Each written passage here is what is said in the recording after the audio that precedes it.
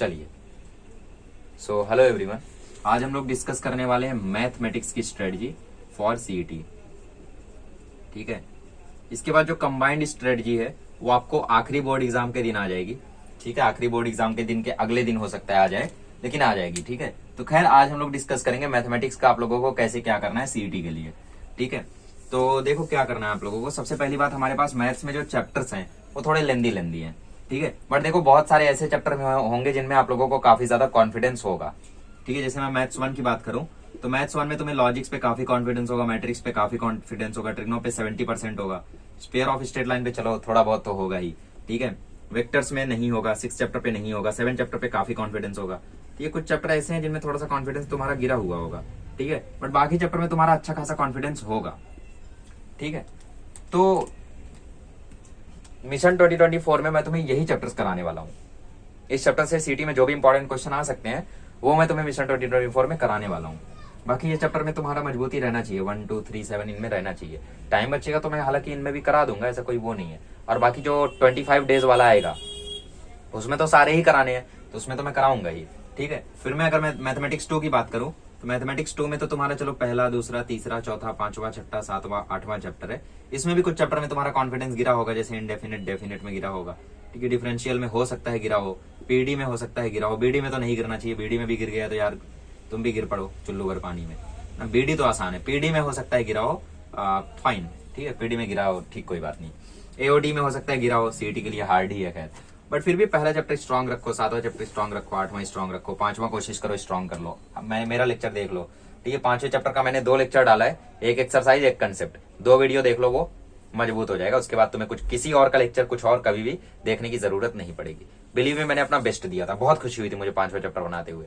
2 ही chapter ऐसे mathematics में जिनको बनाने के बाद मतलब मुझे एकदम बहुत ज्यादा सुकून मिल गया था, एक तो ये और एक तो ये लाइन प्लेन के वीडियोस। ठीक है, तो बहुत ही बढ़िया से मैंने आप लोगों को इसमें एक्सप्लेन किया है, समझ जाओगे। ठीक है, अगर फिर भी नहीं समझते हो तो भाई मैं फिर कुछ नहीं कर सकता। ठीक है, हालांकि उसके बाद में मैं ये नहीं मानूंगा कि मैंने गड़बड़ बढ़ाया, बहुत बढ़िया पढ़ाया था। ठीक है, अच्छा, तो इन चैप्टर्स के लिए मैं क्या करूंगा, लाइव स्ट्रीम करा दूंगा, तो उसमें तुम्हारा हो जाएगा। अब नेक्स्ट बात आती है इसमें क्वेश्चन सॉल्विंग की। तो क्वेश्चन सॉल्विंग के मैं सबसे ज्यादा आपको सजेस्ट करूंगा कि पीवाईक्यूज करो, चैप्टर वाइज आप पीवाईक्यूज कर सको तो बहुत अच्छी बात है।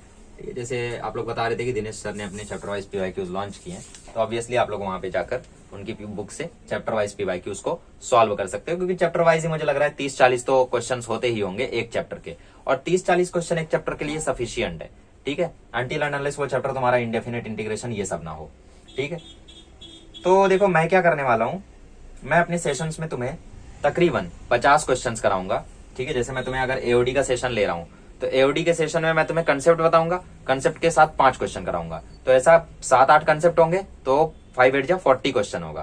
ठीक है, और उसके बाद 10 क्वेश्चन एक्स्ट्रा, मतलब मेरा टारगेट रहेगा कि 50 क्वेश्चन मैं तुम्हें कराऊं।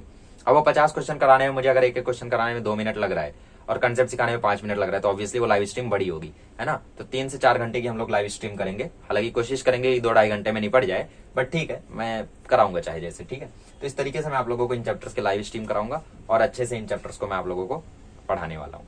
ठीक है, तो आप ज्यादा कुछ टेंशन मत लो, मैथमेटिक्स में सिर्फ इतना करो कि चैप्टर वाइज आप लोग पीवाईक्यूज सॉल्व करते रहो। अगर इससे कुछ ज्यादा करना है तो मैं इसमें रोकूंगा नहीं आपको। ठीक है, अब मैं ये मान के चल रहा हूं कि टेक्स्ट बुक की एक्सरसाइज आपने अच्छे से सॉल्व की है। ठीक है, टेक्स्ट बुक की अगर आपने एक्सरसाइज अच्छे से सॉल्व की है तो अच्छी बात है, नहीं की है तो कोई बात नहीं, अब तो कर नहीं सकते। तो एंड मोमेंट पे तुम मिसलेनियस जरूर करो, हर चैप्टर का करो। अब मैं तो बोलूंगा, अब मैं किसी चैप्टर के लिए तुम्हें रोकूंगा नहीं, मिसलेनियस एक्सरसाइज अब तुम्हें हर एक चैप्टर के लिए करना है। ठीक है, कोई भी चैप्टर तुम्हें अब छोड़ना नहीं है। जैसे ट्रिग्नोमेट्री, जैसे मैंने कुछ चैप्टर बोला था, इंडेफिनेट बोला था छोड़ दो, डेफिनेट बोला था छोड़ दो, एओडीआई बोला था छोड़ सकते हो। ठीक है, एओडी बोला था छोड़ सकते हो, लेकिन अब नहीं छोड़ना है। क्यों? क्योंकि जो ये मिसलेनियस है ना, इसके क्वेश्चन सीटी के लेवल के होते हैं, क्योंकि मिसलेनियस के क्वेश्चन ट्रिकी बनाते हैं इन लोग। ठीक है, तो मिसलेनियस एक्सरसाइज करो आप हर एक चैप्टर का, और चैप्टर वाइज पीवाईक्यू करो। बाकी आपके पास अगर कोई बुक अवेलेबल है, ठीक है, तो उस बुक से उस चैप्टर के 50 क्वेश्चंस प्रैक्टिस कर लो अलग से। और जब ये 50 क्वेश्चंस करोगे तो इस समय टाइम लिमिट लगाना, तो 50 क्वेश्चन के लिए तुम्हारे एग्जाम में कितना टाइम होगा। ठीक है, चलो 50 क्वेश्चन के लिए तुम्हें टाइम लिमिट सेट करनी है 1 आवर। ठीक है, 1 घंटे में देखो कितना कर पा रहे हो। अगर 1 घंटे में तुम 30 से 40 कर पाते हो तो भी उसको अपनी विक्ट्री ही समझना। ठीक है, ऐसा नहीं है कि भाई 1 घंटे में 30-40 हुआ तो छोड़ दो ना, उसको और भी करो। और मैथमेटिक्स तुम्हें पढ़ना कितना, मैथमेटिक्स तुम्हें कम से कम 4 घंटे पढ़ना है डेली। ठीक है, 4 घंटे कैसे पढ़ोगे? सबसे पहले वो चैप्टर तुमने सेलेक्ट किया, जैसे तुम्हें आज लॉजिक्स पढ़ना है तो लॉजिक्स का तुमने मिसलेनियस एक्सरसाइज किया, 2 घंटा तो चला ही जाएगा। फिर तुमने पीवाईक्यूज किया, 1 घंटा तो चला ही जाएगा। फिर तुम ये 1 घंटे की टाइम लिमिट सेट करके 50 क्वेश्चन सोचो, उसके निपटा दो। लॉजिक्स है तो निपट ही जाएगा, है ना, ऐसा करो। तो अगर ऐसा तुम करते हो तो टोटल 15 दिन में तुम्हारा पूरा का पूरा मैथ्स खत्म हो जाएगा। ठीक है, हालांकि जो इंडेफिनेट इंटीग्रेशन है, डेफिनेट इंटीग्रेशन, इसको मेरे साथ करना आप लोग, तो धीरे धीरे करके थोड़ा थोड़ा करके हम लोग कंप्लीट कर लेंगे। ये तो आई होप आपको थोड़ा सा आइडिया मिला होगा। तो सिलेक्टेड कोई 50 क्वेश्चन कर लेना आप बुक के, आसान नहीं हार्ड वाले। चैप्टर वाइज पीवाईक्यू कर लेना, मिसलेनियस एक्सरसाइज कर लेना। इतना कर लेते हो तो और कुछ करने की आपको ज्यादा जरूरत पड़ेगी। ठीक है, बाकी लाइव स्ट्रीम से आप लोग कनेक्टेड होते रहें ताकि मैं आप लोगों को बढ़िया बढ़िया तरीके से एक्सप्लेन करता रहूं।